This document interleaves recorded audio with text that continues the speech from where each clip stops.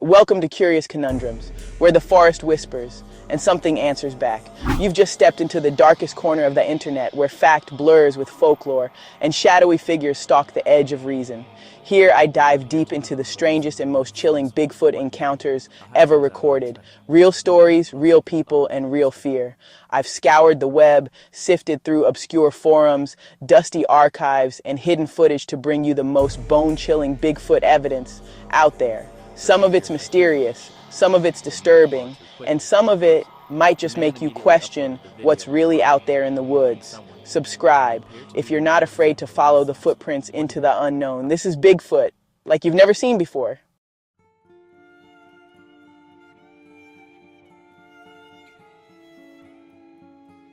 Welcome to the channel. Here we explore the shadows between legend and truth, sharing terrifying Bigfoot stories, chilling encounters, and unearthed accounts from the darkest corners of the wilderness. If you enjoy these stories, don't forget to like and subscribe. It helps support the channel and lets me keep bringing you more true encounters, straight from the cryptid archives.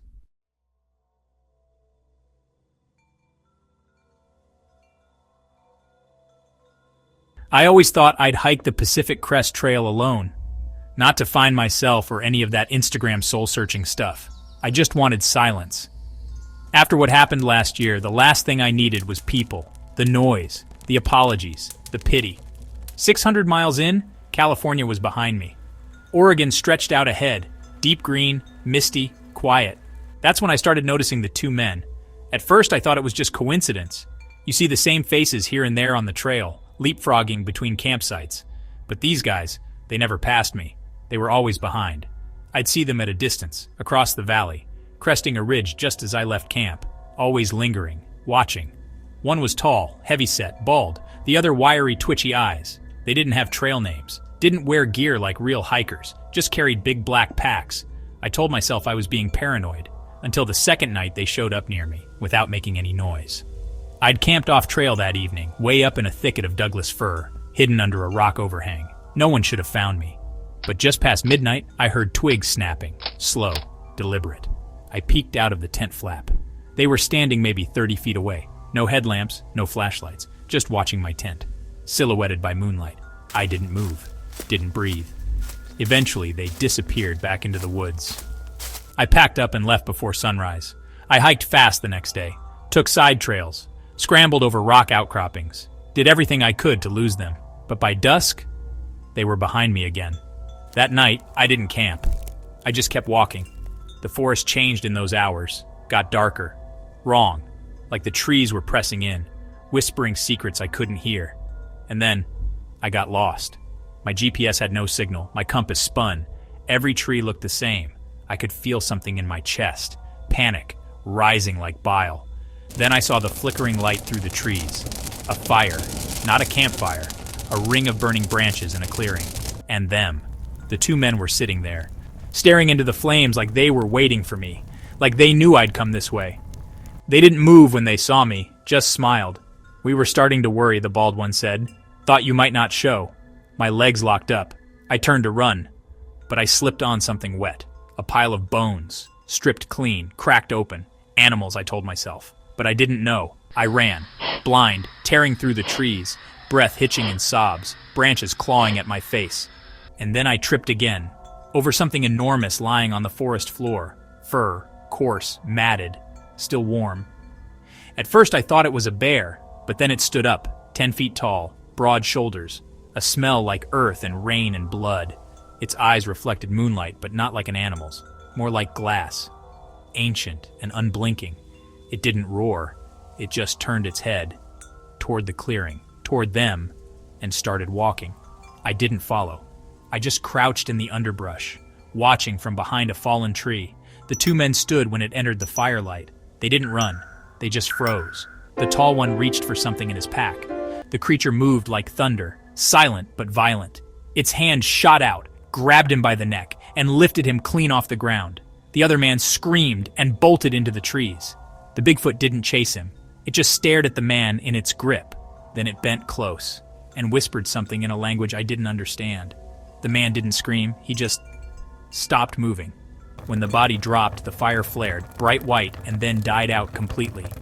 The woods went silent, and the creature looked at me. I held my breath. It didn't come closer, just tilted its head, and slowly raised one long, thick finger, pointing northeast, toward the trail. Then it vanished into the trees. I don't remember how I got back to the PCT. I walked for hours in a daze, slept behind a ranger station, told no one. I don't know what it was. A protector? A god? A monster with a conscience? All I know is, it wasn't human, and it wasn't ours.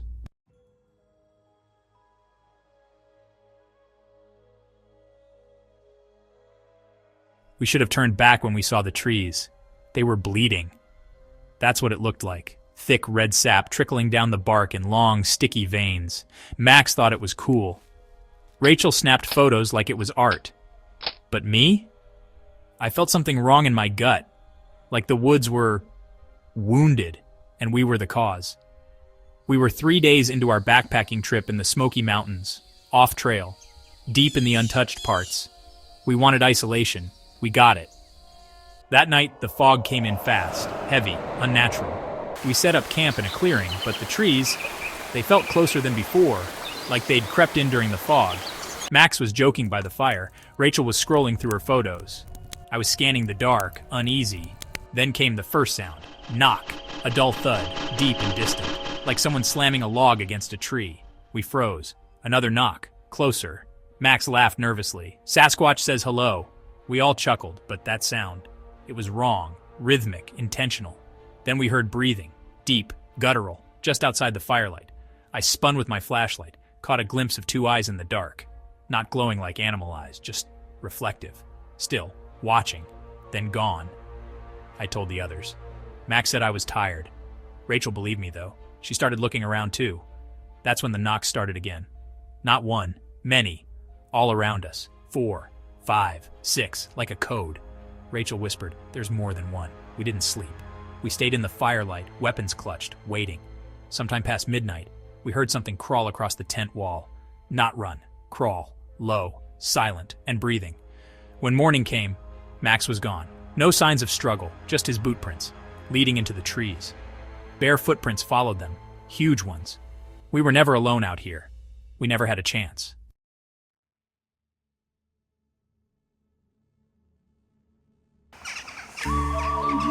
We were the top of the food chain, or so we thought. Joe, Doug, and I had been hunting together for years. Elk, bear, once a cougar. But this trip, this was different. Deep in the Bitterroot range. No cell service, no GPS, just us in the forest. And then we found the tracks. Massive. Barefoot. 5 toes, but spread wide like something that didn't evolve indoors. Joe thought it was a prank. Doug laughed and said, "Let's hunt ourselves a legend." Then we saw it. Shorter than expected, maybe 6 feet, hair-covered, gaunt, almost childlike. It didn't fight. It didn't run. Just stood there and stared as Doug raised the rifle. One shot. It dropped. And then it screamed.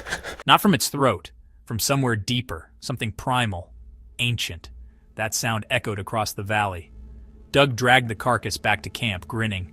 "We're going viral, boys." I couldn't shake the sound. The woods had gone silent. We built a fire. Skinned the creature, took pictures, laughed. Then the wind shifted. The stench hit us. Rotting meat, wet hair, old blood. Something was coming. Doug vanished first. No sound. One moment he was sitting by the fire, the next, just gone. Only his rifle left behind. Bent in half. Joe screamed and started firing into the trees. Branches cracked. Something huge moved just beyond the firelight.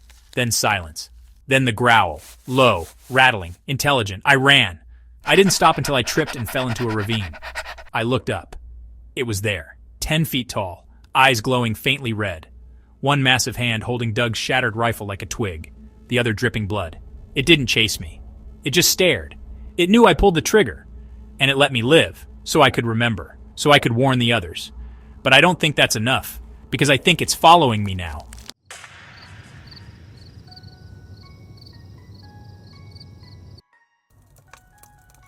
I was a camp counselor at Devilwood for 2 summers. It seemed perfect, remote, peaceful, like stepping into a postcard. But there was something off about that forest. The first time I heard the legend, it was from one of the older staff. One camper goes missing every 10 years, he said. Just vanishes. We all laughed it off. Kids love scary stories. Until it happened. Lily was 9, bright-eyed, always drawing. Her bunkmates said she'd wandered off during the night hike, but I saw the look on the head counselor's face. He expected it. They told the kids she got lost. Search parties were organizing, but no one searched, not really. Then I started hearing her voice, at night calling from the woods. Soft, calm, help me. But the voice was wrong. Too slow, too smooth. Like someone repeating it, trying to sound like a little girl, but missing something vital. I followed it, flashlight bouncing, breathing sharp. Then I saw him, at the tree line, 10 feet tall, fur like old moss, arms longer than they should be. And in his arms, Lily, smiling, eyes open, blank. Her mouth moved, but it wasn't her voice. I stepped back. A twig snapped. He looked at me, not like an animal, like a thing that knew it had been seen. I ran. Didn't stop until I hit the mess hall. The staff didn't ask where I'd been, they just nodded. I left the next day. Never went back. But sometimes I still hear Lily's voice, in dreams, calling me back to Devilwood, and part of me wants to answer.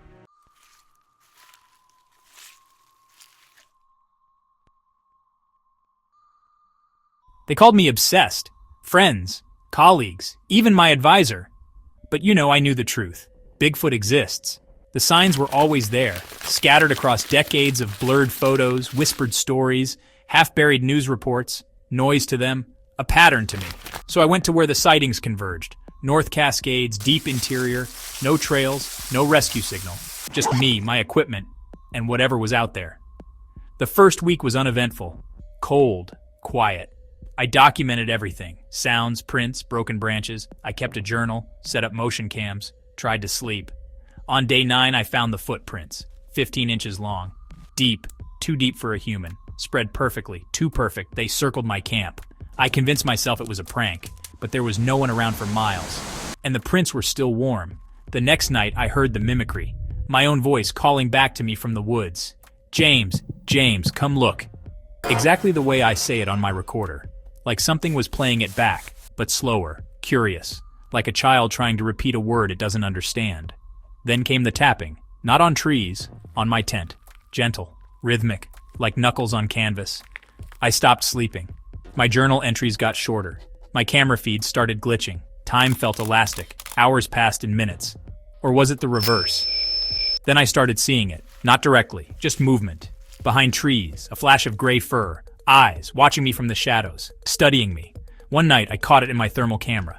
Massive, upright, standing still. And then it waved. Not wildly, not animalistic, just a human gesture.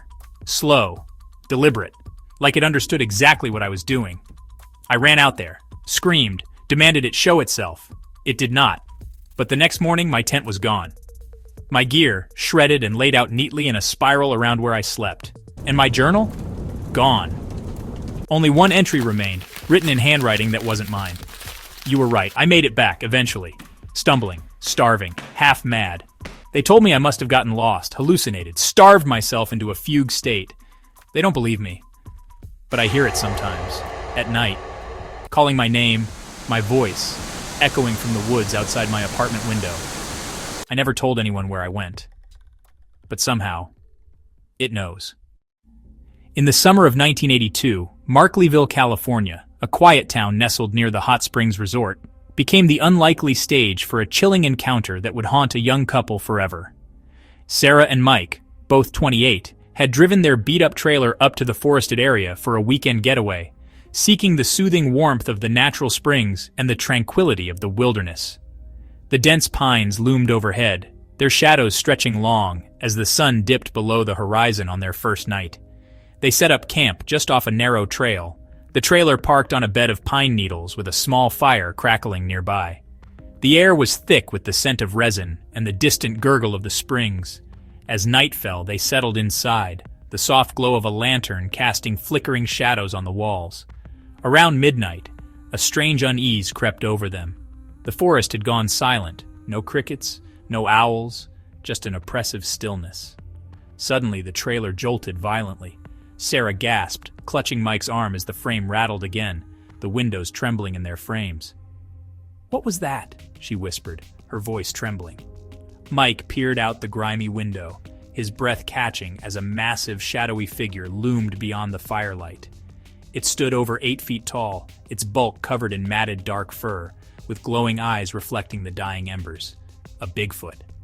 The creature let out a guttural roar, low and menacing, sending a shiver down their spines. It stepped closer, its heavy footsteps shaking the ground, and gripped the trailer's edge. With a terrifying lurch, it began to rock the structure, the metal creaking and groaning under the strain. Dishes clattered to the floor, and the couple screamed, huddling together as the trailer swayed like a toy. Sarah's cries mingled with the beast's snarls, its breath fogging the window as it pressed its face closer, revealing jagged teeth and a primal fury. For what felt like hours, though it was only minutes, the assault continued. Finally, the creature released its grip and vanished into the trees, leaving an eerie silence in its wake.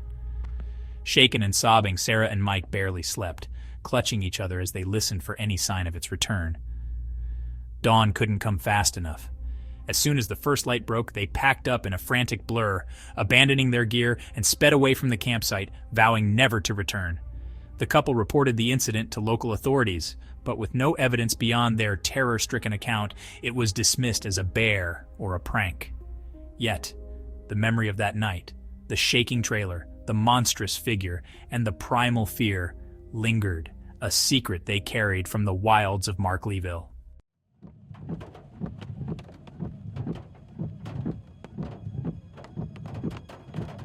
It was the summer of 1976 when my wife Karen and I decided to take a weekend road trip up the Sierra Nevada range. We had driven through Lone Pine earlier that morning and were winding through the remote backroads that lead into the mountains near the Alabama hills. Dry, strange rock formations all around us like something out of a different planet. That's when the car died. No sputter, no warning, just a soft click and silence. We were miles from anyone, with dusk settling in fast. The nearest town, back toward Lone Pine, was about 5 miles behind us, and we hadn't passed another car all afternoon. With no other option, we grabbed a flashlight, locked the car, and started walking. The road was narrow and rough, flanked by boulders and twisted pines. About 20 minutes in, the sun dropped behind the range, and the temperature began to fall. That's when I first had the sense we weren't alone. Karen felt it too. She kept glancing back. "Did you hear that?" she whispered. I had. A low crunching noise, twigs snapping, but every time we stopped, it stopped. At first I told myself it was just a deer or maybe a bobcat, but the steps, they were too heavy, deliberate, like something walking upright. We picked up the pace, walking faster, then nearly jogging. Whatever it was, it mirrored us. We heard it breathing, low, wet, almost like a growl deep in its chest. At one point I flashed the light toward the trees and saw it. A shape, massive, covered in matted black hair, just standing there, watching. I pulled Karen down the embankment and we hid behind a dead log. We lay there silent for what felt like an hour. The forest had gone completely quiet. No crickets, no wind, just the sound of our breathing and the occasional thud of something moving just out of sight. Then came the smell, wet fur and rotting meat. It was so strong Karen began to gag. The thing walked past us, slow, dragging something. A deer maybe, or something worse. It paused right near our hiding spot. I swear it could hear our hearts pounding. Then, like a switch, it turned and walked away, lumbering off into the darkness. We didn't move until the first light of dawn. When we finally reached Lone Pine, we must have looked half dead. Dust-covered, shivering, shaken to the core. We reported it to the sheriff, but he just gave us a tired look and said, "You'd be surprised what's out there in those hills. You're lucky you didn't follow it."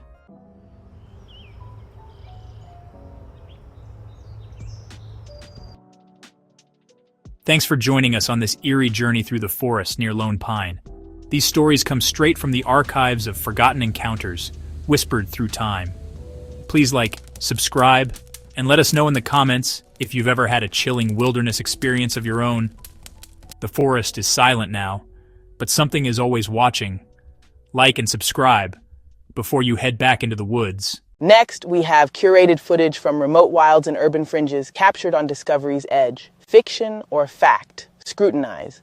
The threshold summons analysis and awakening. The man in this video claims to have filmed a real dogman that is hunting him. But who are they? Dogmen are not just a myth, but creatures that look similar to humans, yet are covered in thick hair. They are often compared to werewolves, but there is one key difference. Their goal is always the same. In this video, the man hears a strange growl near his house. At first, he thought it was just a wild animal, so he went to check who it might be. He searched the entire property, but found nothing. Thinking it was just fear, he decided to explore the surroundings. But what he encountered on the road made him freeze in terror. He realized it's not worth tempting fate. Rushing back home, the man hoped the nightmare would end, but a few hours later, he hears footsteps on the roof of his house. Going outside to check, he realizes it's too late. Horror grips him to his very bones. Oh, What do you think? Is this real? Share your thoughts in the comments.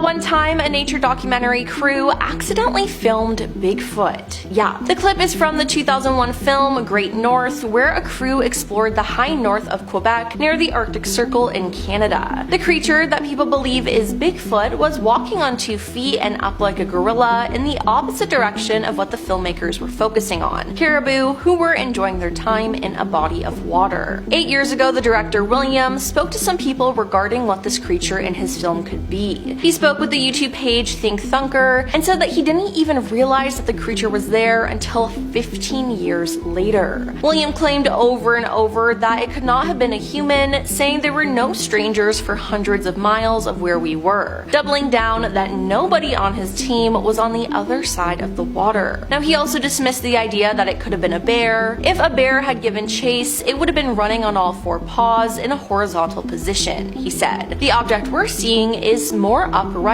and appears to be running on 2 legs. So, could this actually be Bigfoot? In 2022, the YouTube channel of the Rocky Mountain Sasquatch organization posted footage of what they believe to be a Bigfoot sighting. This particular footage was taken by boaters in northern Ontario, Canada, but we don't really know too much other than that. Now, the commenters on this post truly believe the evidence is rock solid. The ease of walking up to the rocky pile and subsequent gait afterwards is not how a human walks. Very compelling, one viewer wrote. Wow, he is huge. Looks to be 8 or 10 feet tall. Scary just watching this, commented another. Now, a lot of people compared this footage to Patty from the Patterson-Gimlin film, so it seems like people are really believing this. Now, in 2001, a youth group out camping in the Marble Mountain Wilderness, California, got more than they bargained for when their leader, Jim Mills, noticed a strange-looking creature walking along a hill. Now, he thought it was strange and then realized the creature resembled Bigfoot, so he decided to film it for 7 minutes. Now, this made the somewhat grainy footage the longest video of an alleged Bigfoot sighting. The video has been considered legitimate and has not been tampered with. Now, it's unknown if this youth group returned back to this location or if anyone else was brought in to investigate. The footage, though, is very impressive, and I would not be able to stay calm like them. And in 2020, it seemed like Bigfoot was out taking a walk in the snow after a traffic cam caught him doing this. A Washington Department of Transportation traffic camera near Sherman Pass captured Bigfoot and tweeted "Sasquatch spotted," along with 3 circled and zoomed in photos. "I'm not superstitious, just a little stitious," they said. The account points out that there appears to be something in the bottom left part of the frame. It looks like a person-shaped figure silhouetted against an evergreen tree. might be a Sasquatch, the tweet says. We will leave that up to you. Now, one image showed the figures circled in red, and the tweet also said that the photos were captured on State Road 20 Sherman Pass, a route that winds its way through the forested Cascade Mountains. Now, there's no way that Bigfoot would have thought there'd be a camera there, right? Or do you think that these people just posted this on Twitter to get some likes? Either way, they caught something quite creepy on their camera. Well, that's all for our list of terrifying Bigfoot sightings that will blow your mind. Now, have you ever had a Bigfoot encounter? If so, tell us about it in the comments. I'm your host, Emily, and we'll see you next time. Peace. Jim was exploring Crown's Pass when he noticed someone quite close to his location. Knowing there was a good chance it could be Bigfoot, he immediately started recording. What he captured has divided viewers ever since. The footage shows what appears to be a scary face staring directly at him from the wilderness. Even the skeptics, they can't deny that there's definitely something there watching him. More to be revealed on what it is. Now, not everyone believes Jim's encounter is genuine. But the behavior in this footage is pretty unsettling. The head of the creature seems to be tracking Jim's movement, suggesting that this isn't some run-of-the-mill animal you'd find in the woods. Not everyone believes Jim's encounter is genuine, but Jim's been consistent with his Bigfoot research over the years. 4 encounters, 4 videos, all from the same dedicated person. The Crown's Pass location adds a little bit of credibility since it's known for cryptid activity and unexplained sightings in that area. But I'll kick this one to you. What's your take on Jim's footage? Genuine Sasquatch? Hoax? Let me know your analysis. Hunter claims close encounter with Sasquatch in Colorado. This hunter managed to scare off the legendary Sasquatch before it nearly brutally attacked him. While hunting for sport in Colorado, a man notices this giant, hairy creature walking across an open field. Thinking that it was a bear at first, he aims for it, but the Sasquatch notices this and attempts to chase him down. Managing to get away in time, the hunter films the creature from afar, sending the Bigfoot community into a frenzy. Bigfoot was spotted just a month ago at Olympic National Park. Dr. Samantha Reeves was out there conducting a nocturnal wildlife survey, and she heard heavy footsteps and wood knocks. Then, a dark shape emerged from the fog, and it was a massive bipedal creature covered in thick, matted hair. Samantha then heard a deep growl, and it's been said that this creature chased her for an estimated quarter of a mile before disappearing back into the forest. Olympic National Park is known for many Bigfoot sightings, so I'm sure there will be many, many more. Bigfoot was captured out in the Canadian woods. North America seems to be a hotspot for Bigfoot sightings, and especially in Canada, there seems to be more stories like this emerging on the internet. These investigators were given footage of a supposed Bigfoot ducking out of view in front of the camera. We don't see much of the creature aside from its massive furry back. Its fur doesn't look like a bear's. It definitely looks thicker, as well as it appears there are a bit of trap muscles on him as well. It does just look like a beefier person, but I don't think it's a costume. These investigators take it upon themselves to try and recreate the same video to really compare the size difference to help prove its legitimacy. From this, they were able to get a really good comparison on how much bigger the creature actually was. Bigfoot was baited out with apples and the smell of rotting meat. Throughout all these years, we still have no idea what the diet of this avoidant creature is. If it's anything like regular animals though, these people had the right idea, setting a trap with those specific items. Out in the middle of the woods, a group of friends placed their delicious treat for the monster just right next to a tree and laid in wait just a couple of meters away from the spot. Not long after, they heard the sound of twigs breaking and branches snapping. Something big was making its way over to the trap. This 10-foot bipedal creature finally revealed itself, shadowing over the pile of rotting meat and apples and taking a seat. Not wasting any time, the Bigfoot hunters took out their camera to record, but the swiftness in their movement did spark Bigfoot to get up and quickly get out of there. Bigfoot makes national news after randomly appearing in Utah. Within the foothills of northeast Provo, a group of guys stopped their truck in the middle of the road because of this bizarre giant creature that caught their eye walking on top of a hill. They knew right away that this wasn't a person based on its monstrous size alone, and the main guy in the video wanted to take it upon himself to hunt down this beast to really prove prove what they were seeing wasn't just a figment of their imagination. When he took to the mountain, he kept reporting back to his buddies on his walkie-talkie while recording his adventures that he was no longer seeing regular animal footprints. He states, "So I'm seeing something that's not deer tracks anymore. We're trying to determine what it is." Researchers that looked over these videos were highly skeptical that it was Bigfoot, to no one's surprise. But what do you think? Maine is a hotspot for Bigfoot. There have been many stories over the years, including a recent one where a man named Stephen Barlett was walking along his York County property looking for deer tracks during a mid-February snowstorm. Except he didn't find deer tracks, but giant Bigfoot footprints. He said the prints were approximately 7 to 8 inches apart, totaling 2 of his own strides. Now, Bigfoot specialists checked them out and said that the spacing, size, and location of the footprints are consistent with other known Bigfoot footprints. Come on inside! Carly!